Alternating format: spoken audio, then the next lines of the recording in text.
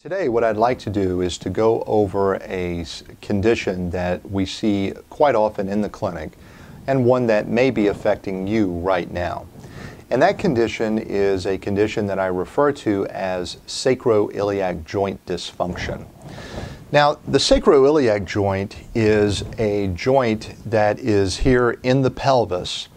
And before we get into that, just a little bit of an anatomy lesson. The spine is composed of 24 moving vertebrae that sit on top of this bone here called the sacrum. And the sacrum is part of the pelvic girdle.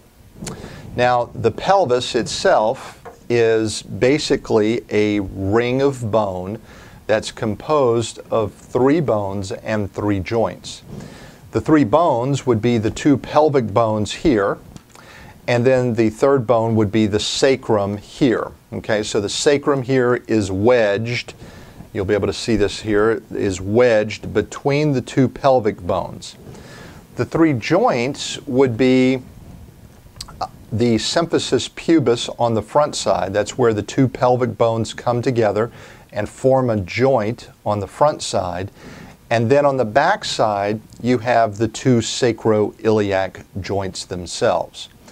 Now, the sacroiliac joints are different than some of the other joints in our bodies where the joint surfaces are smooth and glide over one another.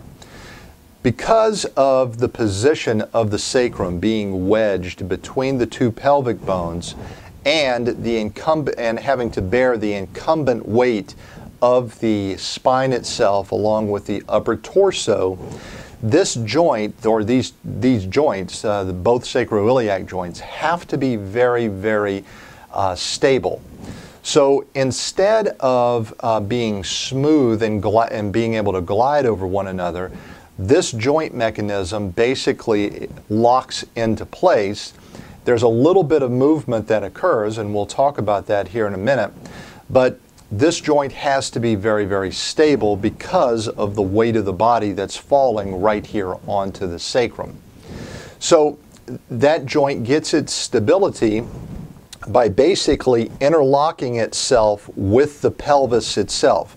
So it interlocks itself with the pelvic bones, and you can kind of see how that occurs here.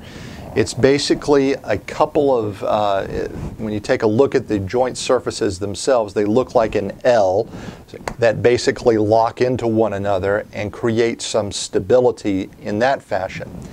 Now, in addition to that, the joint surfaces themselves basically are irregular in shape, and they basically lock into one another like this, so that the movement that occurs at that level here. And then finally, the joint itself is made up of some of the strongest ligaments in the body, both on the back side, which is a very complex set of ligaments, and to a lesser degree on the front side. This is a much weaker set of ligaments. Now, ligaments are the connective tissue that connects bone to bone. It's not to be confused with a tendon, which is the connection of muscle to bone. The ligaments basically connect bone to bone. And those ligaments have to be very, very dense, have to be very strong in this area to provide that extra support. Now, what happens in cases where there is dysfunction in the sacroiliac joint is that because of some type of faulty movement pattern or some type of force that's been introduced into the joint surfaces can change in their normal resting position. So one of the most common causes of a problem here is that you can be walking along and you've either step in a hole or you step off a curb that you didn't realize was there. And I'm sure many of you have done that at some point in your life, and you get this jarring effect.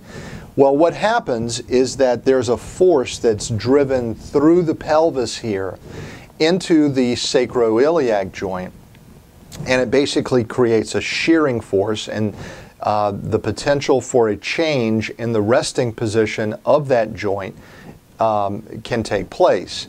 And as a result of that, you can have pain that develops as a result of that change in normal resting position.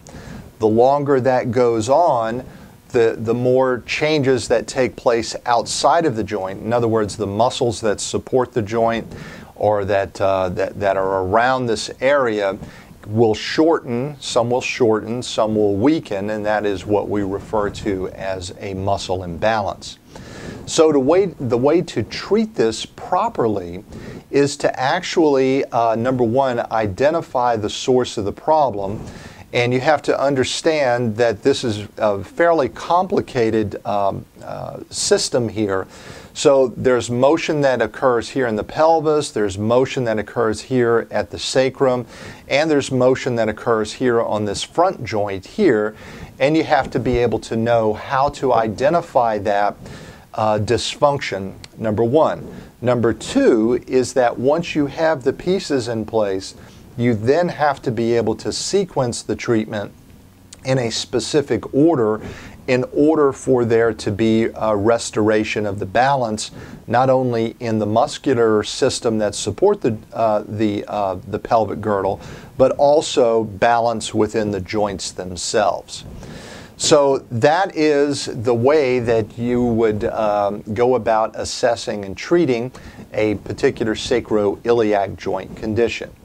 I hope the information that I provided you today has been helpful in your understanding about sacroiliac joint dysfunction, and that you may in fact be able to use this information in your pursuit of back pain relief.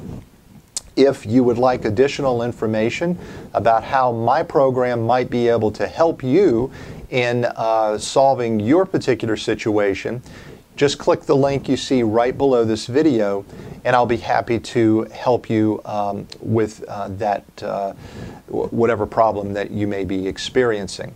This is Mountain Schexnayder wishing you all good health, and I do hope our paths cross soon.